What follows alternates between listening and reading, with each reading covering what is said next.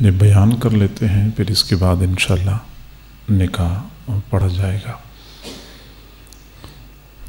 نحمدہ ونصلی علی رسولہ الکریم،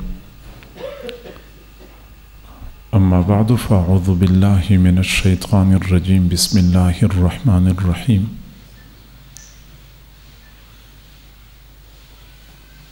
والذین هم لفروجهم حافظون، وقال تعالی فی مقام آخر قل للمؤمنین یغضوا من ابصارهم ویحفظوا فروجهم، صدق اللہ العظیم وبلغنا رسولہ النبی الکریم، ونحن علی ذلک لمن الشاہدین والشاکرین، والحمد للہ رب العالمین۔ اللہم صلی علی سیدنا محمد وعلی آل سیدنا محمد وبارک وسلم۔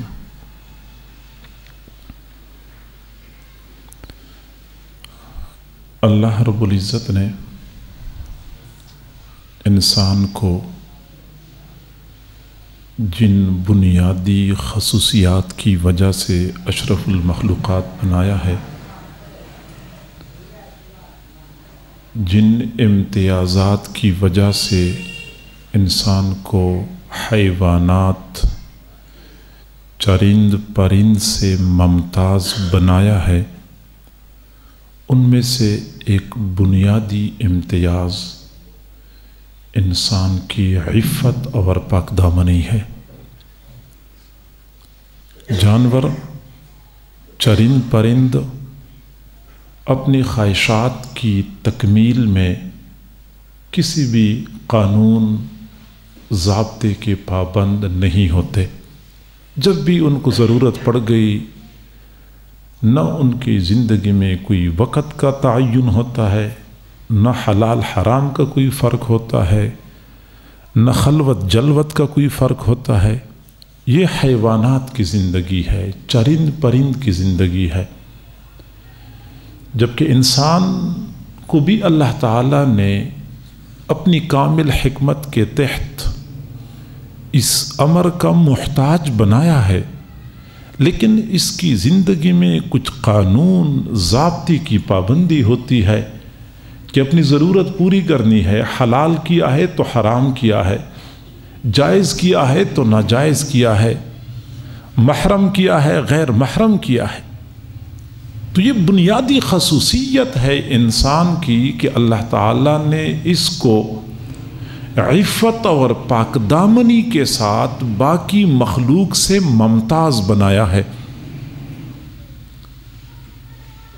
اور کسی بھی انسان کا عفیف اور پاک دامن ہونا اتنا ضروری ہے کہ حضور صلی اللہ علیہ وسلم اپنی زندگی میں جب حضرات صحابہ کرام سے یا صحابیات سے بیعت لیا کرتے تھے، تو جہاں اور بڑے بڑے امور کا وعدہ لیا کرتے تھے، تو وہاں اس بات کا بھی وعدہ لیتے تھے کہ ہم نے عفت اور پاک دامنی کی زندگی گزارنی ہے۔ قرآن پاک میں اس کا تذکرہ موجود ہے، بخاری شریف اور مسلم شریف کی حدیث میں اس کا تذکرہ موجود ہے۔ اذا جاءک المؤمنات یبایعنک علی الا یشرکن باللہ ولا یسرقنا ولا یزنینا، یہ خواتین اس بات پہ بیعت کریں گی کہ انہوں نے شرک نہیں کرنا، انہوں نے چوری نہیں کرنی، انہوں نے زنا نہیں کرنا۔ حضور صلی اللہ علیہ وسلم باقاعدہ اس بات پہ ان سے عہد لیا کرتے تھے کہ عفیف اور پاک دامن رہنا ہے۔ بخاری شریف مسلم شریف کی روایت ہے، حضور صلی اللہ علیہ وسلم نے ایک مرتبہ صحابہ کرام کو فرمایا، بائعونی، تم میری بیعت کرو۔ اللہ کے نبی کس چیز پر آپ کی بیعت کریں؟ آپ نے چند بڑے بڑے امور کے بارے میں بتایا، ان میں سے ایک امر یہ بھی تھا کہ میرے ساتھ پہ بیعت کرو کہ تم لوگوں نے عفیف اور پاک دامن رہنا ہے، عفت کی زندگی گزارنی ہے، بے حیائی فحاشی دین اسلام میں اس کے لیے کسی قسم کی گنجائش موجود نہیں ہے۔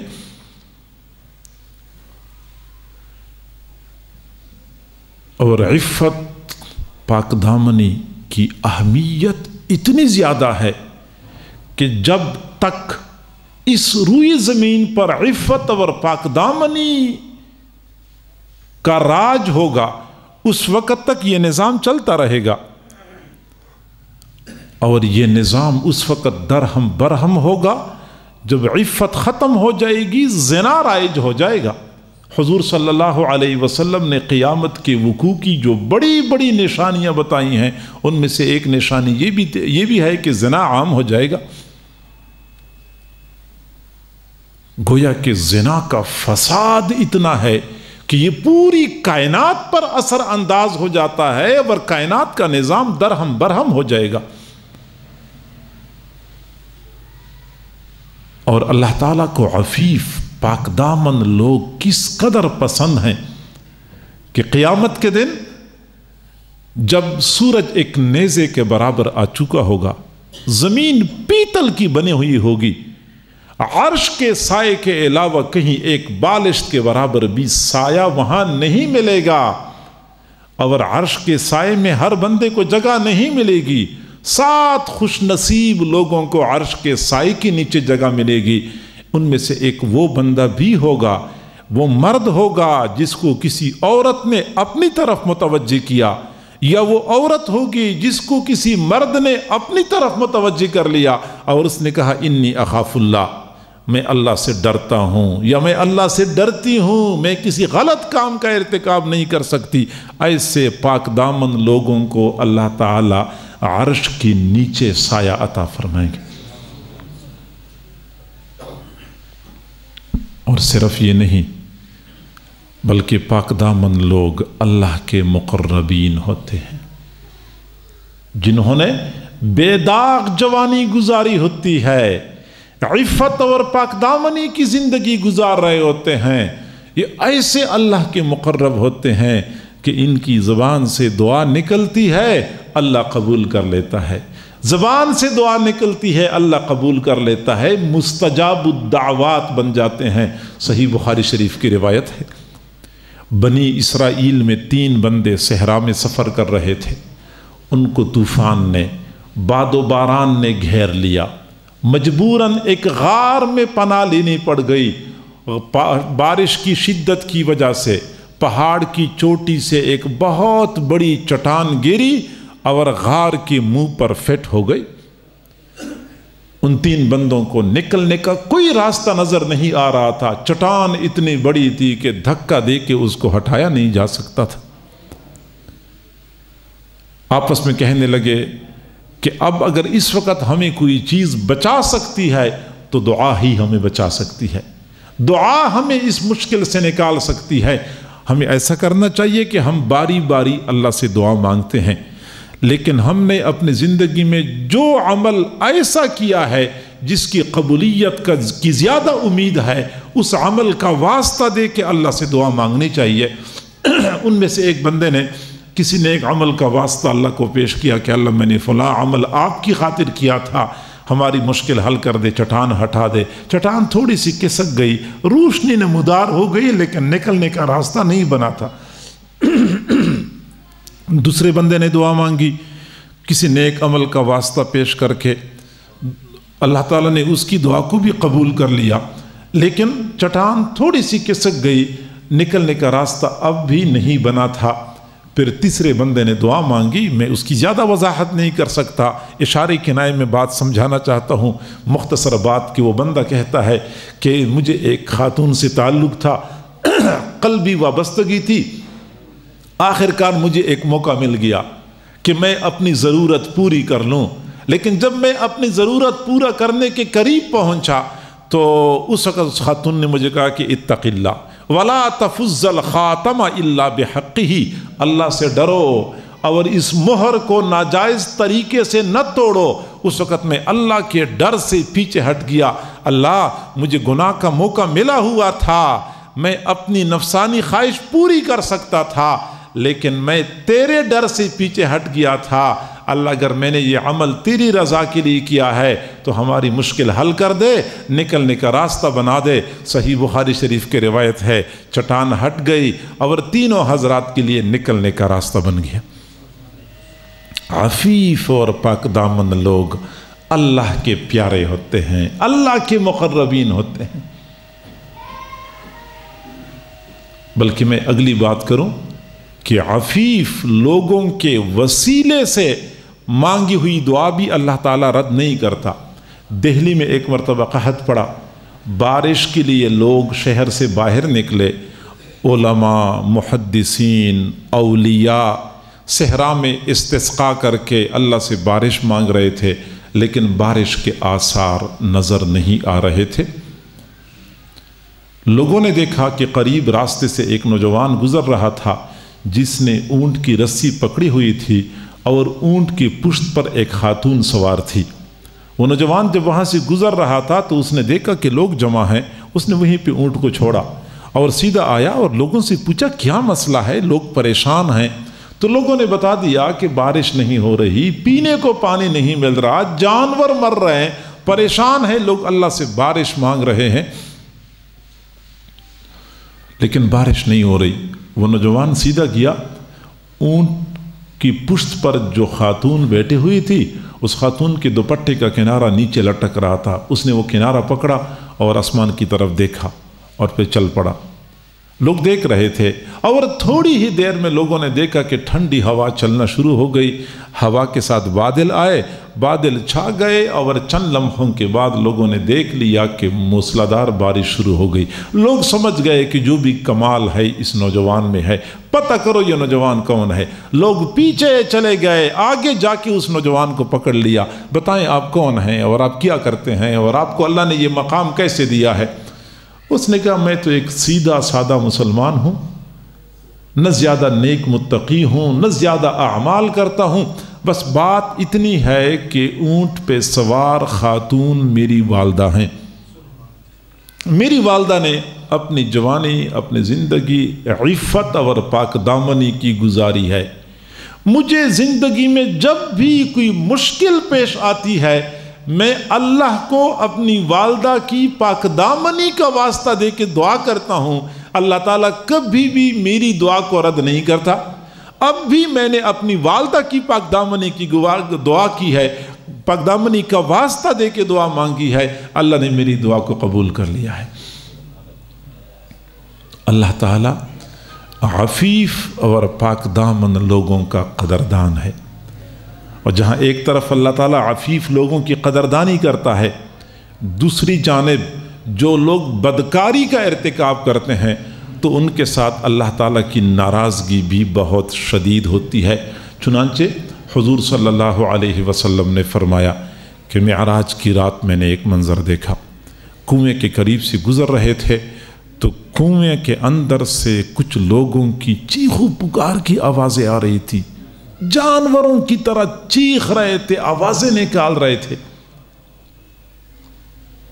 فرماتے میں وہاں کھڑا ہو گیا تو میں نے کیا دیکھا کہ کنویں کے اندر سے آگ کا شعلہ بلند ہو گیا۔ وہ شعلہ اتنا زور اور قوت والا تھا کہ جب کنویں کے اوپر کی سطح تک پہنچا، اسی شعلے کے ساتھ کچھ لوگ مرد، کچھ عورتیں بھی اوپر کو آ گئے۔ پھر وہ شعلہ نیچے کو چلا گیا تو لوگ بھی نیچے کو چلے گئے۔ تھوڑی دیر بعد پھر شعلہ بلند ہو گیا، اتنا پریشر تھا اس کا کہ لوگ ساتھ اوپر کو اٹھ کے آ گئے۔ پھر شعلہ نیچے کو چلا گیا، لوگ نیچے کو چلے گئے۔ اتنا شدید عذاب۔ میں نے جبرائیل سے پوچھا کہ یہ کون لوگ ہیں اور ان کو یہ عذاب کیوں دیا جا رہا ہے؟ تو مجھے جبرائیل نے جواب دیا کہ یہ وہ لوگ ہیں جو دنیا میں بدکاری کرتے تھے، زناکاریاں کرتے تھے، ان کو یہی عذاب دیا جا رہا ہے۔ معزز سامعین، ہم اگر قرآن و حدیث کا مطالعہ کرتے ہیں تو پتہ چلتا ہے کہ اللہ تعالیٰ نے ہمیشہ کے لیے عفیف لوگوں کی سرپرستی فرمائی ہے، پاک دامن لوگوں کو کبھی بھی رسوا نہیں فرمایا۔ چنانچہ اللہ تعالیٰ نے قرآن پاک میں ایک عفیف اور پاک دامن نوجوان کا تذکرہ فرمایا ہے جن کو ہم حضرت یوسف علیہ السلام کے نام سے جانتے ہیں۔ زلیخا کے گھر میں تھے، غلام تھے، عفیف اور پاک دامن تھے، لیکن جب زلیخا کے گھر میں ان پر تہمت لگی، اللہ تعالیٰ نے حضرت یوسف علیہ السلام کی پاک دامنی کی گواہی دینے کے لیے ایک چھوٹے بچے کو مأمور فرمایا۔ حالانکہ چھوٹے بچے نہیں بول سکتے، وہ بچہ بول پڑا، اور ایسی کمال کی بات کی اس بچے نے کہ حضرت یوسف علیہ السلام کی قمیض پھٹی ہوئی ہے، دیکھ لو کہ آگے سے پھٹ چکی ہے یا پیچھے سے پھٹ چکی ہے۔ اگر آگے سے پھٹ چکی ہے تو حضرت یوسف علیہ السلام کی غلطی ہوگی، زلیخا کی بات سچی ہے، اور اگر قمیض پیچھے سے پھٹ چکی ہے تو زلیخا کی غلطی ہے، حضرت یوسف علیہ السلام پاک دامن ہے۔ جب قمیض دیکھی گئی تو یوسف علیہ السلام کی قمیض پیچھے سے پھٹ چکی تھی۔ گویا کہ اس بچے نے حضرت یوسف علیہ السلام کی پاک دامنی کی گواہی دی۔ اللہ نے ان کی پاک دامنی کی گواہی دینے کے لیے چھوٹے بچے کو مأمور فرمایا۔ پھر قرآن پاک میں ایک عفیف خاتون کا تذکرہ ہے، جن کو ہم حضرت مریم علیہ السلام کے نام سے جانتے ہیں۔ وَمَرْيَمَ ابْنَتَ عِمْرَانَ الَّتِي أَحْصَنَتْ فَرْجَهَا، حضرت مریم علیہ السلام جو عفیف اور پاک دامن تھی۔ حضرت عیسیٰ علیہ السلام پیدا ہوئے، حضرت مریم علیہ السلام کی نہ کسی مرد سے ملاقات ہوئی تھی اور نہ نکاح کیا تھا، لیکن اللہ رب العزت کی قدرت کہ بغیر کسی مرد سے ملاقات کے ان کو حمل ٹھہر گیا۔ پریشان تھی کہ یا اللہ بچہ پیدا ہوگا، لوگ مجھ سے پوچھیں گے، میرے پاس کوئی جواب نہیں ہے۔ خیر دن گزرتے گئے یہاں تک کہ بچے کی ولادت کا وقت قریب آیا۔ حضرت مریم علیہ السلام کے لیے بستی میں ٹھہرنا دشوار ہو گیا۔ پریشانی کے عالم میں بستی چھوڑ کے جنگل کی طرف چلی گئی۔ اللہ کا امر آ پہنچا، حضرت عیسیٰ علیہ السلام پیدا ہوئے۔ بچہ تو پیدا ہوا، اب سوچ رہی تھی کہ یا اللہ جاؤں تو کہاں جاؤں، عورت ذات ہوں، کسی اور طرف جا بھی نہیں سکتی، مجبوراً مجھے بستی کی طرف جانا پڑے گا۔ چنانچہ بچے کو گود میں اٹھا لیا اور بستی کی طرف چل پڑی۔ دل میں ہزار خدشات تھے کہ لوگ باتیں کریں گے، میرے پاس بتانے کے لیے، جواب دینے کے لیے کچھ بھی نہیں ہے۔ بوجھل قدموں کے ساتھ، ٹوٹے دل کے ساتھ حضرت مریم علیہ السلام بستی کی طرف چل پڑی۔ بستی کے قریب پہنچی، بستی والوں نے دیکھا، فوراً لوگ گھروں سے باہر نکلے اور فوراً بول پڑے، یا اخت ہارون ما کان ابوک امرأ سوء وما کانت امک بغیہ۔ اے ہارون علیہ السلام کی بہن، نہ تو آپ کا باپ برا آدمی تھا، نہ آپ کی ماں بدکار بد کردار تھی، یہ آپ نے کیا۔ یہاں تین بندوں کا تذکرہ ہو چکا ہے۔ یا اخت ہارون، ہارون علیہ السلام کی بہن، آپ تو ہارون علیہ السلام کی بہن ہیں۔ اگر بہنیں کوئی غلط قدم اٹھاتی ہیں تو بھائیوں کے سر جھک جاتے ہیں، بھائی کا سر جھک جاتا ہے۔ اس لیے بستی والوں نے حضرت ہارون علیہ السلام کا تذکرہ کیا کہ آپ نے تو اپنے بھائی کا سر جھکا دیا۔ حضرت ہارون علیہ السلام کی بہن ہیں، ما کان ابوک امرأ سوء وما کانت امک بغیہ، نہ تو آپ کا باپ برا آدمی تھا، نہ ماں بدکار بد کردار تھی، یہ آپ نے کیا۔ فاشارت الیہ، حضرت مریم علیہ السلام نے بچے کی طرف اشارہ کیا۔ مجھ سے نہ پوچھو، بچے سے پوچھو، بچہ جواب دے گا۔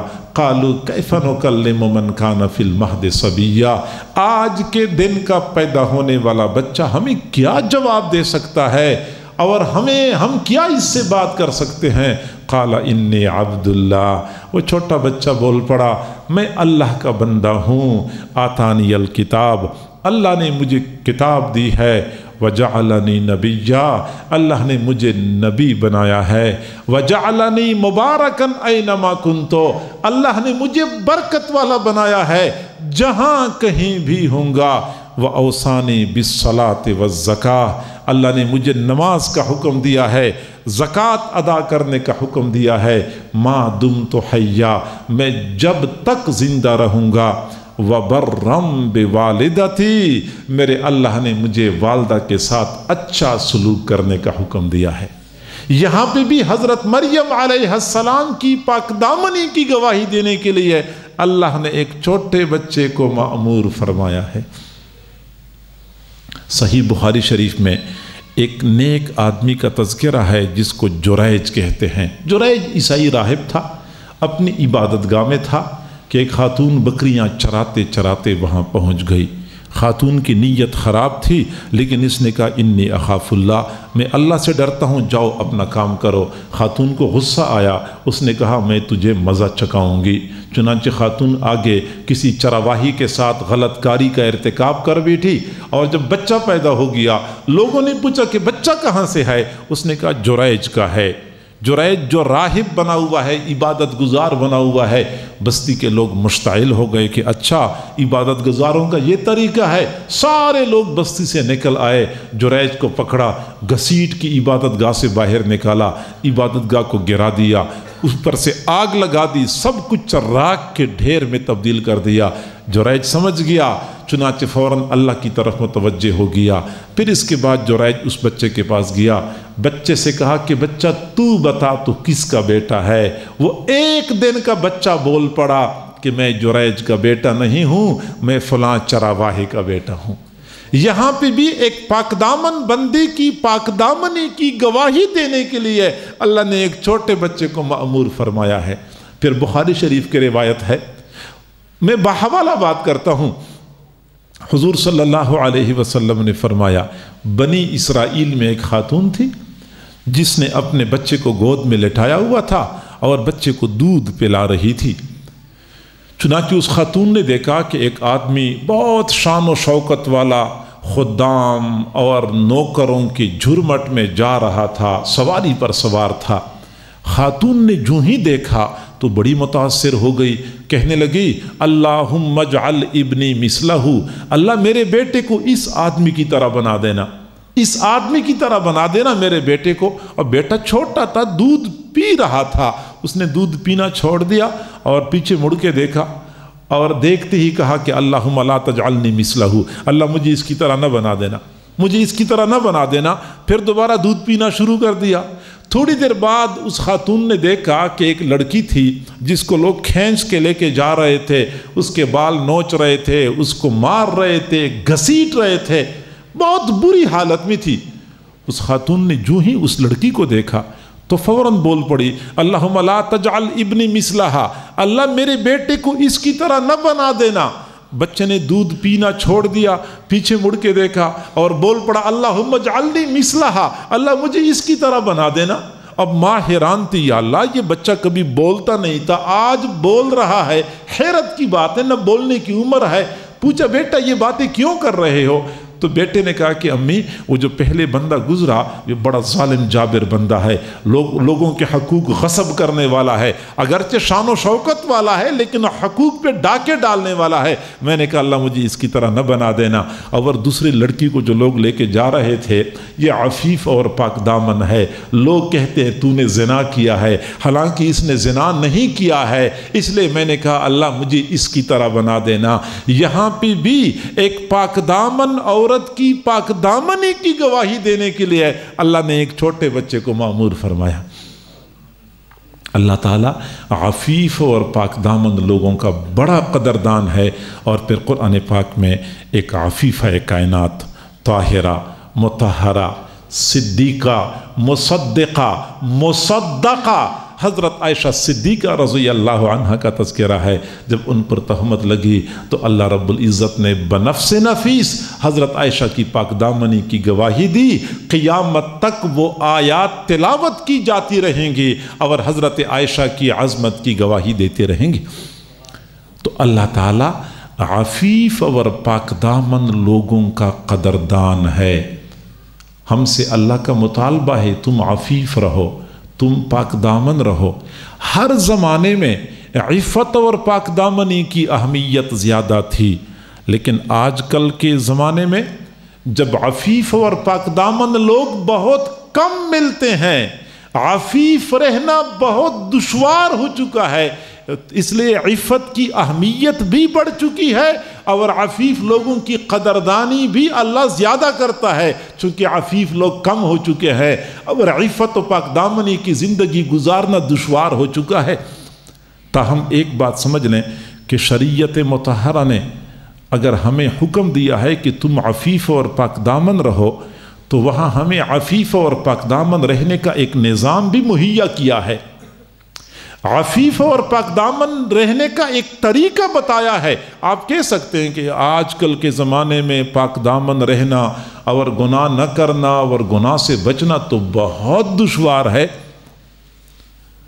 تو پہلی بات تو میں آپ کو یہ بتاؤں کہ عفت اور پاک دامنی کا معنی یہ نہیں ہے کہ بندہ زنا نہ کرے، بلکہ عفت اور پاک دامنی کا معنی یہ ہے کہ زنا نہ کرے، بد نظری بھی نہ کرے، بد زبانی بھی نہ کرے، غیر عورتوں کے ساتھ موبائل فون کے ذریعے لمبے تعلقات بھی قائم نہ کرے، کیونکہ حضور نے فرمایا کہ آنکھوں کا دیکھنا یہ آنکھوں کا زنا ہے، یہ بولنا یہ زبان کا زنا ہے، کسی غیر محرم کو ہاتھ لگانا یہ ہاتھ کا زنا ہے، کانوں سے کسی غیر محرم کی آواز سننا یہ کان کا زنا ہے۔ یہ سارے زنا کے مختلف شعبے ہیں۔ ٹھیک ہے، زنا کا ایک عمل جو معروف ہے وہ تو بہت بڑا گناہ ہے، لیکن اس سے کم درجے کی بھی زنا کے شعبے ہیں۔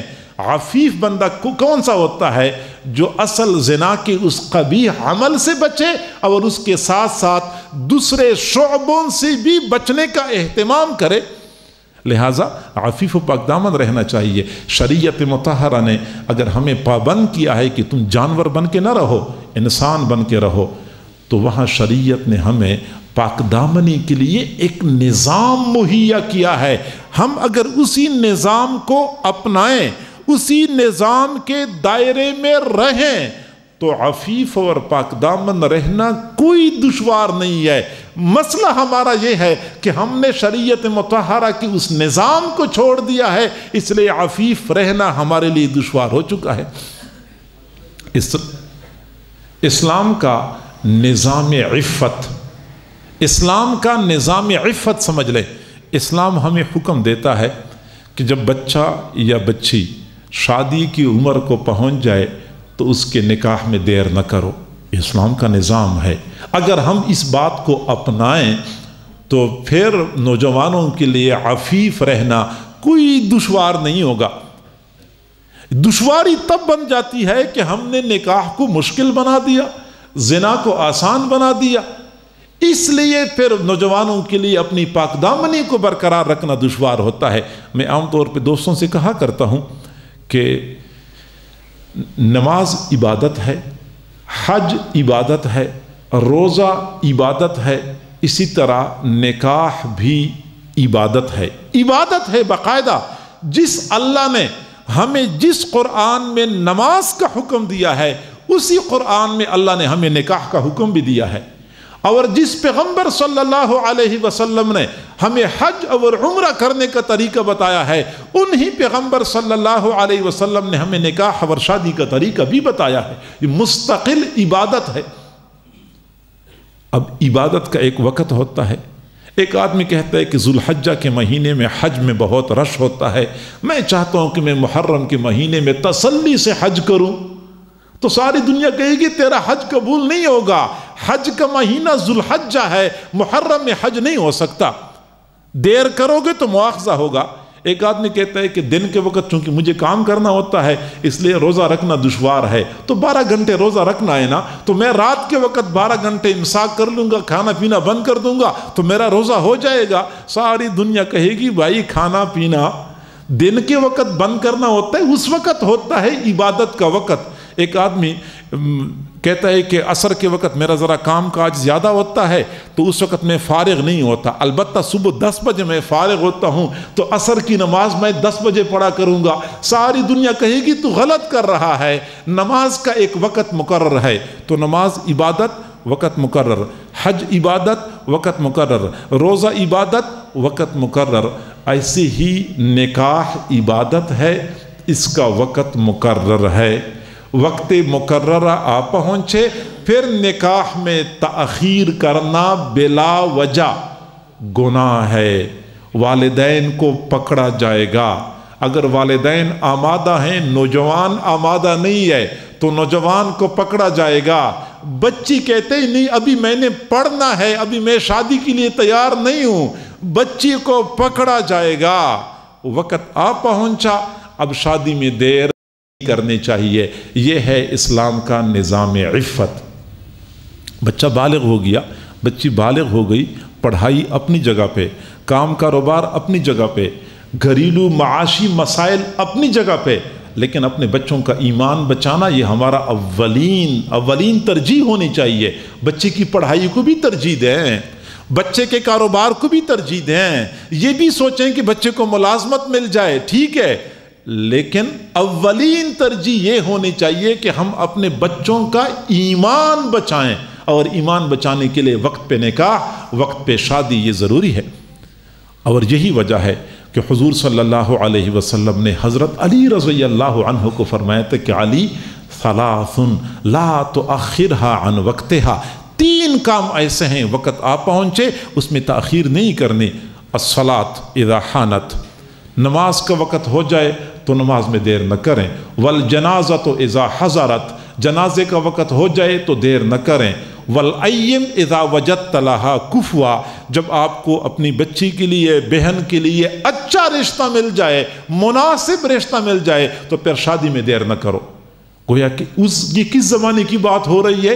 یہ خیر القرون کی بات ہو رہی ہے، جب صحابہ کرام کا زمانہ تھا، جب صحابیات کا زمانہ تھا، اس وقت حضور صلی اللہ علیہ وسلم نے حضرت علی کو وصیت فرمائی تھی۔ آگے کیا فرمایا؟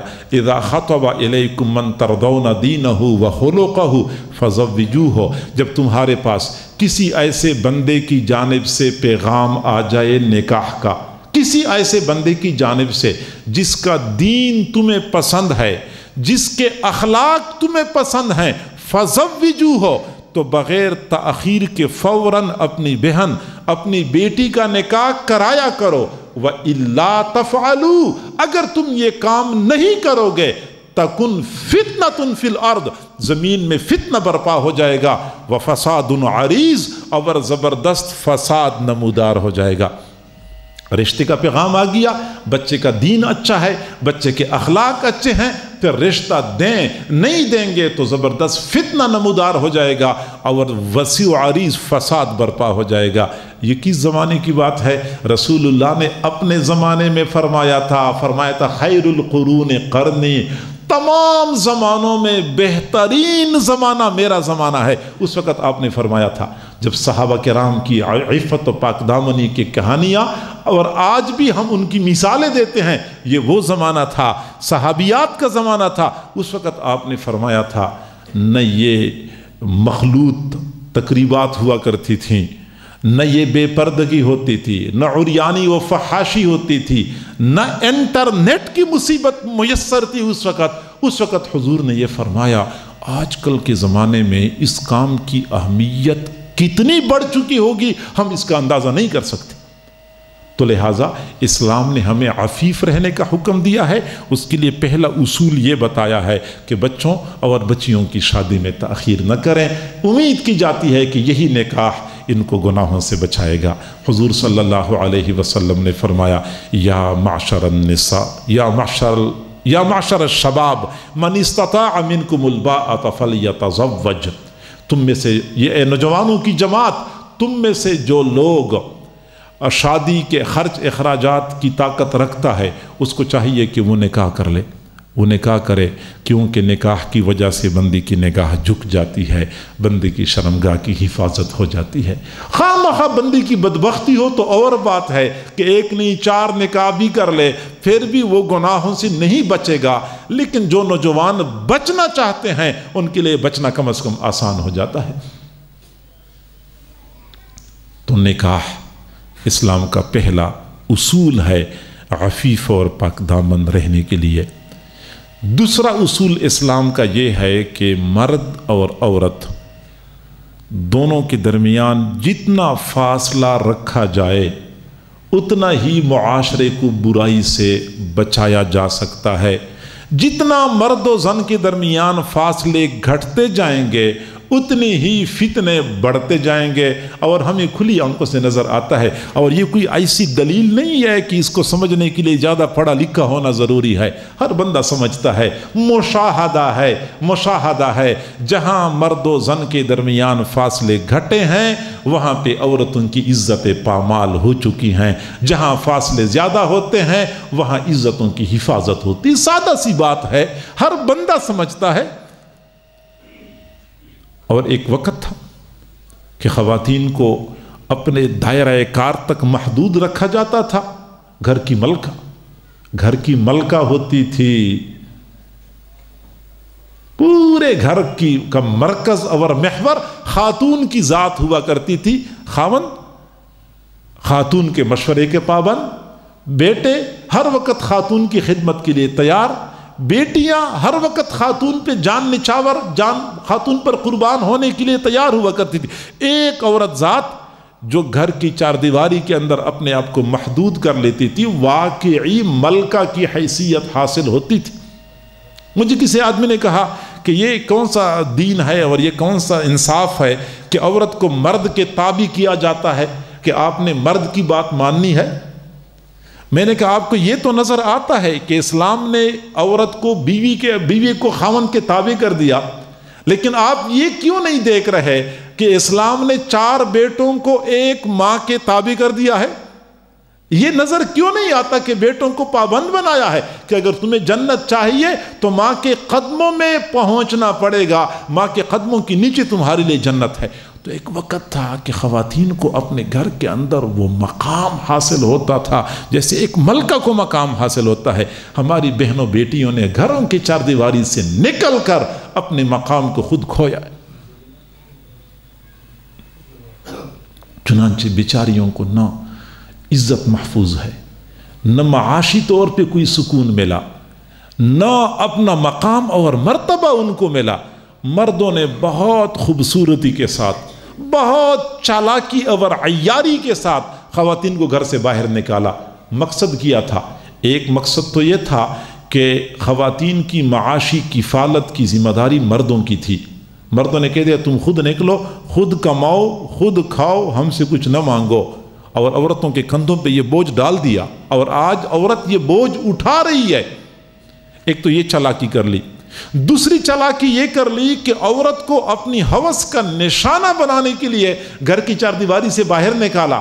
ان کو پتہ تھا کہ جب تک یہ خاتون گھر کی چار دیواری میں رہے گی اس وقت تک ہماری ہوس کا نشانہ نہیں بن سکتی، ہماری ضرورت پوری نہیں ہو سکتی، کیونکہ مرد فطری طور پہ ایک عورت کے ساتھ زندگی گزارنے پر قانع نہیں ہوتا۔ اس کی چاہت ہوتی ہے کہ میں گھر میں رہوں تو میری بیوی میرا دل لباتی رہے، میں دفتر میں جاؤں تو پھر دائیں بائیں میرے ساتھ 2 کلیگ خواتین لڑکیاں بیٹھی ہوئی ہوں، میں ہوائی جہاز میں سفر کروں تو مجھے کھانا سرو کرنے کے لیے کوئی لڑکی ہونی چاہیے، میں ہوٹل میں داخل ہوں تو ویلکم کہنے کے لیے کوئی لڑکی ہونی چاہیے۔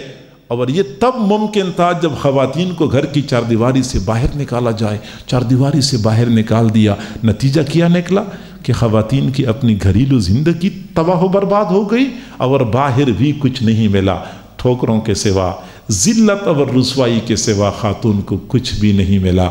اور افسوس اس بات پہ ہے کہ آج تک خاتون کو اس چیز کا احساس نہیں ہے کہ میرا سب کچھ لٹ گیا ہے، آج تک احساس نہیں ہے۔ کبھی آپ نے غور کیا ہے، مائیں بہنیں بیٹی کبھی غور کرتی ہیں، 8 گھنٹے بیچاری دفتر میں کام کرتی ہے، یہ بھی اس کی ذمہ داری ہے۔ پھر دفتر سے واپس آتے وقت گھر کے لیے سبزی لینا اور گروسری لینا اور بچوں کے لیے سامان لینا، یہ بھی اس کی ذمہ داری ہے۔ پھر گھر آتی ہے تو گھر میں کھانا بنانا، یہ بھی اس کی ذمہ داری ہے۔ بچے کو 9 مہینے تک پیٹ میں اٹھائے رکھنا ابھی تک اس کی ذمہ داری ہے۔ بچے کو مشقتوں کے ساتھ جننا، یہ بھی اس کی ذمہ داری ہے۔ بچوں کو پالنا، یہ بھی اس کی ذمہ داری ہے۔ تو ملا کیا؟ مجاہدے کے علاوہ، مشقت کے علاوہ اور عزت کی پامالی کے علاوہ کچھ بھی نہیں ملا۔ اور الٹا ان کی عفت و پاک دامنی داؤ پہ لگ گئی۔ مرد حضرات کے لیے عفیف رہنا دشوار ہو گیا۔ مرد عورت کو جتنا دور رکھا جائے اتنا ہی عفیف و پاک دامن رہنا آسان ہے۔ یہ مخلوط سلسلے، اس سے بچنا چاہیے۔ میرے بھائیوں، آپ حضرات میں سے اکثر تو وہ ہیں جو بچوں والے ہیں، بچیوں والے ہیں، میں ان سے گزارش کروں گا کہ اپنے بچوں کو کم از کم اتنا جتنا آپ سے ہو سکتا ہے یہ مخلوط تقریبات، مخلوط تعلیمی ماحول، مخلوط یونیورسٹیاں، مخلوط کالج، ان سے کم از کم بچوں کو بچائیں، کیونکہ جب اس ماحول میں بچے بچیاں چلی جاتی ہیں تو ان کے لیے عفیف رہنا بالکل ناممکن ہو جاتا ہے۔ تو یہ دوسرا نظام ہے، دوسرا اصول ہے عفت و پاک دامنی کا۔ اور تیسرا اصول یہ ہے کہ غلط کاری سے تو بچنا ہی ہوتا ہے، کچھ امور وہ ہوتے ہیں جو غلط کاری کے لیے واسطہ وسیلہ بنتے ہیں، مثلا بد نظری۔ شریعت نے پہلے قدم پہ ہی بندے کو روکا ہے کہ نہیں، قل للمؤمنین یغضوا من ابصارہم، مؤمنین سے کہہ دو کہ نگاہوں کو نیچے رکھیں۔ اب نگاہوں کو نیچے رکھنے کا فائدہ کیا ہے؟ کہتے ہیں وَيَحْفَظُوا فُرُوجَهُمْ، اور اپنی شرمگاہوں کی حفاظت کریں۔ مقصد یہ ہے کہ نگاہیں نیچے ہوں گی تو شرمگاہ کی حفاظت ہوگی، نگاہ اوپر کو اٹھ گئی تو شرمگاہ کی حفاظت دشوار ہو جاتی ہے۔ نگاہوں کی حفاظت، کسی غیر محرم کی طرف دیکھنا ممنوع، غیر محرم کے ساتھ بلا ضرورت بات کرنا ممنوع ہے، غیر محرم کے ساتھ بے تکلفی میں ملنا ممنوع ہے، موبائل فون پہ ان کے ساتھ تعلقات ممنوع ہیں۔ یہ بنیادی اصول ہیں دین اسلام کے، اگر ان اصولوں کی پاسداری کی جائے تو پھر نوجوانوں کے لیے عفیف رہنا کوئی دشوار نہیں ہے۔ لہٰذا ہمیں چاہیے کہ ہم خود کوشش کریں اور اپنی اولاد پر نظر رکھیں، ان کو ایسا ماحول مہیا کریں جس میں یہ لوگ عفیف اور پاک دامن رہ سکیں۔ افسوس سے کہنا پڑتا ہے کہ ہمارا معاشرہ، ہماری نئی نسل مجموعی طور پہ بے حیائی اور فحاشی کی طرف جا رہی ہے۔ نئے طریقوں کے ساتھ ہماری نوجوانوں کو بے حیا بنایا جا رہا ہے، بچوں کو، بچیوں کو حیلے بہانے سے۔ اب آپ کو پتہ ہے، آپ مجھ سے زیادہ بہتر جانتے ہیں، ابھی فروری میں کوئی ایک دن منایا جاتا ہے جس میں نوجوان لڑکے اور لڑکیاں کیا بے حیائی و فحاشی کا مظاہرہ کرتی ہیں۔ میرے بھائی، یہ کیا چیز ہے؟ ہمارے معاشرے کو گندا کرنے کی ایک کوشش ہے۔ غیر مسلم لوگوں کو پتہ ہے کہ اس طرح یہ مسلمان قابو نہیں آئیں گے جب تک کہ ان کو خاص ترتیب کے ساتھ وہ قابو میں نہ لایا جائے۔ چنانچہ وہ ترتیب یہی ہے کہ یہ ایک خاص دن ہے جو عالمی سطح پہ منایا جاتا ہے۔ وہ ان بیچاروں کے پاس تو حیا نام کی کوئی چیز نہیں ہے۔ ہمارے باحیا نوجوانوں کو، باحیا بچیوں کو کیوں بے حیا بنایا جاتا ہے؟ کئی خرابیوں کا مجموعہ۔ سب سے بڑی خرابی تو یہ ہے کہ یہ غیر مسلموں کا طریقہ ہے، اور غیر مسلموں کی پیروی کرنا، یہود و نصارہ کی پیروی کرنا اتنا حضور صلی اللہ علیہ وسلم کو ناپسند تھا۔ حضور نے آج سے 14 صدیاں پہلے اس خطرے سے ہمیں خبردار کیا تھا کہ ایک وقت آئے گا کہ میری امتی غیر مسلموں کے ساتھ، یہود و نصارہ کے ساتھ ایسی مشابہت اختیار کریں گے جیسا کہ یہ بالش کے مشابہ ہوتا ہے، یہ زراع کے مشابہ ہے، جوتا جوتے کے ساتھ مشابہ ہوتا ہے۔ ایسے میری امتی یہود و نصارہ کی پیروی کریں گے۔ پتہ نہیں ان کے ہاں تو حیا نام کی کوئی چیز نہیں ہے، ان کے ماحول میں تو حیا کو بیماری سمجھا جاتا ہے کہ بچہ با حیا ہے یعنی یہ بیمار ہے، ہاں جو بے حیا ہے وہ ٹھیک ہے۔ اور انہوں نے ہمارے معاشرے کے اندر بھی بے حیائی کو دھکیل دیا ہے، اور ہم کیا کرتے ہیں؟ یہ فیشن ہے، یہ رواج ہے، یہ خاص ترتیب ہے، اور خاص ترتیب کی وجہ سے ہم ان کی پیروی کرتے ہیں۔ تو ایک تو یہود و نصارہ کی پیروی کی وجہ سے ہندوستان میں ایک بزرگ کا انتقال ہو گیا، تو لوگوں کا خیال یہ تھا کہ یہ بڑا نیک آدمی ہے، تو یہ تو بالکل سیدھا جنت میں گیا ہوگا۔ لیکن کسی نے خواب میں دیکھا تو بری حالت میں تھا، شدت کے عالم میں تھا۔ خواب دیکھنے والے نے کہا کہ حضرت ہم تو آپ کو بڑا نیک سمجھ رہے تھے، کیا ہو گیا آپ کیوں؟ یہ کیا ہو گیا؟ آپ اتنی شدت کی حالت میں ہیں۔ اس نے کہا نہ پوچھو مجھ سے، میں نے ایک غلطی کی ہے جس کی وجہ سے مجھے پکڑا گیا ہے۔ میں جا رہا تھا، ہندوؤں کا وہ دن تھا جس دن وہ ایک دوسرے پر رنگ پھینکتے ہیں، کیا کہتے ہیں اس دن کو؟ دیوالی کا دن تھا جس پہ ایک دوسرے پر رنگ پھینکتے ہیں۔ میں اس وقت پان منہ میں چبا رہا تھا اور جا رہا تھا، تو راستے کے قریب ایک گدھا مرا ہوا پڑا تھا، تو میں نے پان تھوکنا ہی تھا، وہ لعاب تھوکنا تھا، تو میں نے وہ گدھے کے اوپر لعاب تھوکا اور میں نے کہا کہ تجھ پہ کسی نے رنگ نہیں پھینکا آج، تجھ پہ کسی نے آج رنگ نہیں پھینکا، یہ میں نے غلطی کر لی۔ اسی پر مجھے پکڑا گیا کہ تو نے ہندوؤں کی دیوالی کے دن مرے ہوئے گدھے پر رنگ پھینکا تھا، اور ساتھ یہ بھی کہا تھا کہ تجھ پہ آج کسی نے رنگ نہیں پھینکا۔ ہندوؤں کی اس مشابہت کی وجہ سے مجھے پکڑا گیا۔ اگر ہندوؤں کی مشابہت اختیار کر لی مذاق میں، اس پر پکڑا گیا، تو جو ہم باقاعدہ یہود و نصارہ کی پیروی کرتے ہیں، نوجوان بھائیوں اپنے دوستوں کو روکیں، اللہ کے لیے تباہی و بربادی کی طرف جا رہے ہیں۔ قیامت کے دن اگر حضور علیہ السلام نے فرمایا جاؤ جاؤ جن کے پیروی کرتے تھے جاؤ ان کی صفوں میں کھڑے ہو جاؤ، تمہیں یہود و نصارہ کے طور طریقے اچھے لگتے تھے، اس وقت ہمارا کیا بنے گا؟ تو ایک تو یہود و نصارہ کی پیروی کی وجہ سے یہ بہت قبیح جرم ہے۔ دوسرا ہے کہ ایک مسلمان نوجوان عفیف و پاک دامن ہوتا ہے، وہ لوگوں تو ویسے بے حیا ہیں، تو ہم ان کی پیروی کیوں کریں؟ بھائی مریض ہوتا ہے، صحت مند ہوتا ہے، صحت مند اگر مریض کی طرح بننے کی کوشش کرتے ہیں، دنیا والے اس کو بے وقوف کہتے ہیں۔ اور تیسری بات یہ ہے کہ وہ بے حیائی و فحاشی آ جاتی ہے، اوپر سے غیر محرم لڑکیوں کے ساتھ تعلقات ہوتے ہیں، یا بولنا ہوتا ہے، یا ملاقاتیں ہوتی ہیں، یہ سب کچھ بدترین جرم ہے، اور ایسے جرائم کی وجہ سے پھر پوری کائنات میں فساد برپا ہو جاتا ہے۔ چاہیے کہ ہم ان امور سے اجتناب کریں۔ اللہ تعالی ہم سب کو عفت اور پاک دامنی والی زندگی نصیب فرمائے۔